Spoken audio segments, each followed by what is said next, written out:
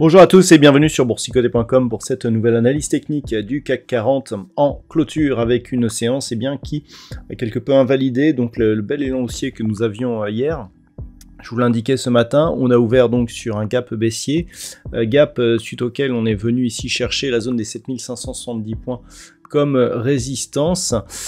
Finalement, on a comblé ce gap, mais on n'est pas resté au-dessus de la zone des 7570, puisqu'on est revenu en dessous, cette zone qui a ensuite agi comme résistance, puisqu'à 7565,62, le CAC 40 perd 0,5% par rapport à la clôture de la séance précédente. Donc il s'agit effectivement d'un petit mouvement d'affaiblissement, mais qui, comme je vous l'indiquais aussi ce matin, ne remet pas pour l'instant en cause l'ensemble de la dynamique haussière. Au niveau des indicateurs techniques, c'est toujours positif, au sens des histogrammes du MACD qui évolue d'une manière donc toujours positive. Le RSI est assez neutre. Au niveau des volumes, on voit un équilibrage des volumes. On avait des volumes qui avaient faibli lors des séances de baisse. Ils se rééquilibrent actuellement par rapport à ceux observés lors des séances haussières. Donc on est pour l'instant plus sur une neutralisation qu'un vrai retournement par rapport au palmarès des valeurs. Alors comme nous perdons 0,50, on a forcément quelques baisses, mais aussi de belles hausses, comme par exemple Téléperformance qui gagne 3,95%, Edenred plus 2,24%, pardon. Derrière, Publicis Group, Eurofins Scientifique ou Legrand sont sur des hausses inférieures à 2%, entre 1,2 et 1,7%. Au niveau des plus fortes baisses, nous retrouvons Total Energy qui perd 3,17%, suivi d'AXA, Stellantis, Bouygues et Renault qui sont sur des pertes inférieures à 2%. C'est vraiment Total Energy qui dénote un petit peu aujourd'hui. C'est lié à, je dirais, une baisse des cours du pétrole aujourd'hui.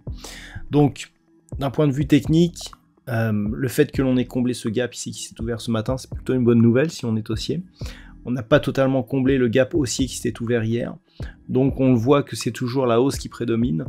On a ici des cours qui restent au-dessus des moyennes mobiles, qui ne parviennent pas par contre à évoluer durablement au-dessus des 7570 points. Donc clairement, il y a un mouvement d'affaiblissement par rapport à ce que l'on avait hier. Hier, je vous indiquais qu'on avait une bougie assez hésitante suite à un gap, que c'était déjà un aveu de faiblesse. Il n'y avait pas de signal de retournement puisque l'équilibre des ombres était assez bien réparti. Là, par contre, on a une ombre haute assez importante, donc c'est un signal quand même qui nous montre qu'il n'y a pas une réelle grosse conviction haussière qui nous permettrait de valider le franchissement de ces zones et de viser un objectif direct sur la zone des 7725 points. Donc il va falloir observer ce qui se passe si les cours continuent à redescendre demain. Par exemple, est-ce que l'on viendra chercher cette double zone ici entre 7532, 7520 pour la résistance, pour la zone de support oblique, pardon. Donc ça sera l'enjeu. Donc globalement, tant que l'on est au-dessus, et même si on cassait un petit peu et que l'on restait au-dessus des moyennes mobiles ici qui évolueront demain aux alentours des 7505 points, ça resterait positif. On aurait certes des signaux d'affaiblissement, mais on a eu ici, par rapport à ce plus haut, un nouveau plus haut significatif hier, donc on a entretenu la poursuite du mouvement haussier.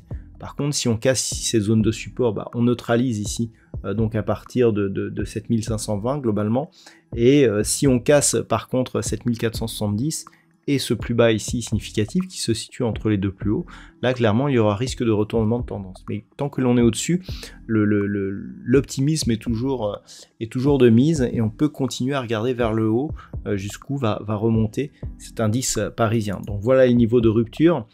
Si les cours refranchissent ici 7570, on aura comme objectif 7630.